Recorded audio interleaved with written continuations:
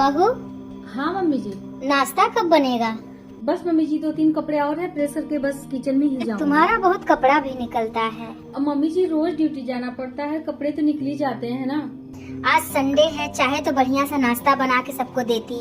हाँ मम्मी जी, मैं खुद सोच रही हूँ कि आज संडे है, कुछ शाम को ऐसा नाश्ता बना दूँ, लेकिन ये भी तो जरूरी था ना। सुबह से मैं लगी हूँ, दोपहर में भी आप बिल्कुल आराम नहीं की। तो बहुए अगर दोपहर में आराम करने लेंगी तो घर का काम कैसे होगा? क्या मम्मी जी, मतलब बहू हो गई तो वो आराम नहीं कर सकती? दिन भर तो मैं काम करती हूँ मम्मी जी, कहाँ आराम करने का बिल्कुल मेरे पास टाइम नहीं रहता। आज तो संडे है, सबके पास टाइम ही टाइम है, सब आराम कर रहा है मोबाइल लेके, कहीं इस रूम में कहीं उस रूम में, लेकिन मैं सारा दिन लगी हूँ और वो भी फटाफट लगी हूँ कि शाम को कुछ अच्छा सा नाश्ता बना। अरे ये तो तुम्हारा कर्तव्य है, तो करोगी नहीं? अच्छा मम्मी जी, तो पूजा दीदी से आप सारा दिन बात करती रहती हैं और यही शिक्षा देती हैं, तू ज्यादा काम न किया कर, ड्यूटी जाती है आराम किया कर। तो मैं भी तो किसी की बेटी हूँ ना मम्मी जी।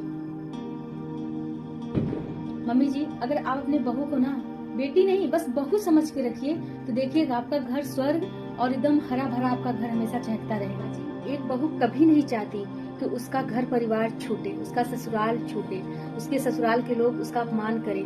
वो जहाँ तक है वो यही भरकस कोशिश में रहती है कि मेरे ससुराल के लोग, मेरे सास ससुर, मेरे पति और जो भी सदस्य घर में है सब उसे सम्मान दे। वो मैं ऐसा काम करूं कि वो लोग मुझे प्यार दुलार सम्मान दे।